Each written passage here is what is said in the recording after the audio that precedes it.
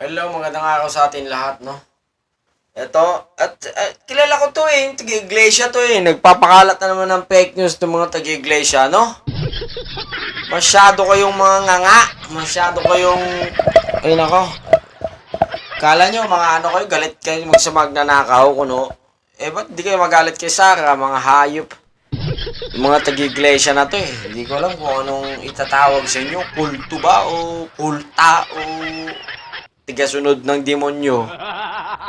Talaga sa mga tig-iglesia natin. Tingnan mo, yan ito yung ibig sa mga angkor ng tig-iglesia, no? Ewan ko, di ba pinapalo sa ting-ting nyo si Manalo, no? Lahat ng sinuporta ng iglesia, puro mga kurap. Puro na-impeach si Erap, sinuporta na iglesia yan. Si Gloria, di ba, sangkatutak ang corruption ni Gloria? Si Pino yata, yung ko, yung sinuporta na iglesia. Hindi naman sinuporta na iglesia, ba't nanalo? Yung ko, tag-iglesia na to. Tingnan mo, angkor to natin iglesia, ha? Kitang-kita to sa mga stasyon nila. Impeachment. Totoo nga bang ibinasura na ang kasong impeachment ni VP Sara? Paano ibabasura yan? Ha? Binabasura ng korte? Ulol, paano korte? Sa Congress inihain yan. Impeachment case na ibinasura, pero hindi ito sa Pilipinas at lalo nang hindi ito yung kay VP Sara Duterte. Sa video Dapat pinapasara tong ng iglesia, stasyon ng iglesia, puro ka-fake news ng mga ginagawa ng mga to. Impeachment for VP, binasura na.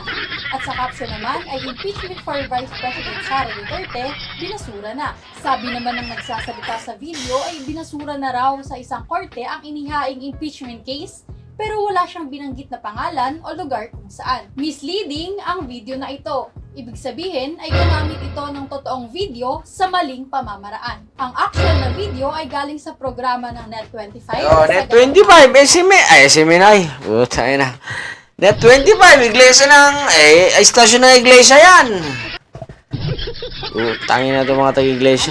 Na in-upload sa YouTube noong March 25, 2025. Kinuha ng Facebook video ang parte mula sa 3 minutes at 25 seconds hanggang sa 4 minutes at 45 seconds na marka. Ito na po ang latest. May kinalaman po sa impeachment complaint na kinakaharap ng mataas na opisyal ng South Korea. Kung papanoorin ang karugtong nito, South Korea? Pero sinabi nila, sa iglesia ay sa kay Sarah.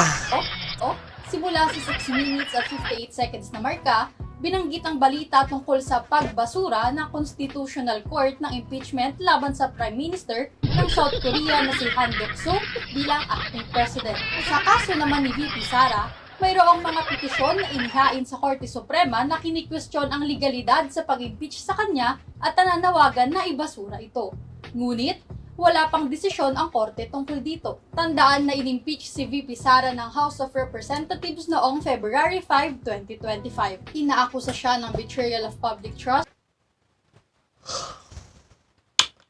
Magnanakaw. Ano ang ibig sabihin ng betrayal of public trust? Magnanakaw.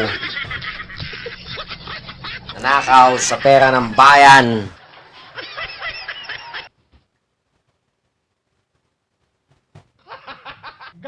Hindi pa nakontento sa confidential fund ng kanyang probinsya o ng kanyang city. Nilimas pa niya yung confidential ng DepEd, confidential ng OVP. Ay nako. Ganito ba gusto niyo maging vice presidente?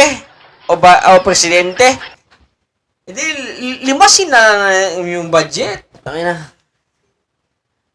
Limasin niya yung budget ng Pilipinas. Mangutang tapos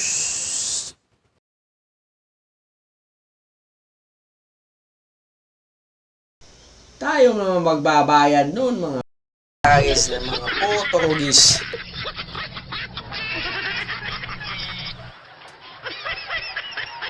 Pera na naman. Nako. Palibasa yung mga tantunik na mga DDS, hindi yata nagbabayad ng tax sa mga hayop na to no?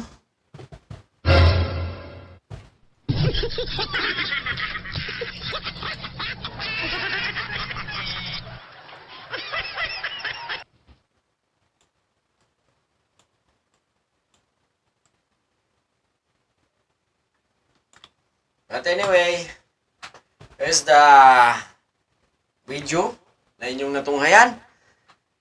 Maraming salamat at magandang araw.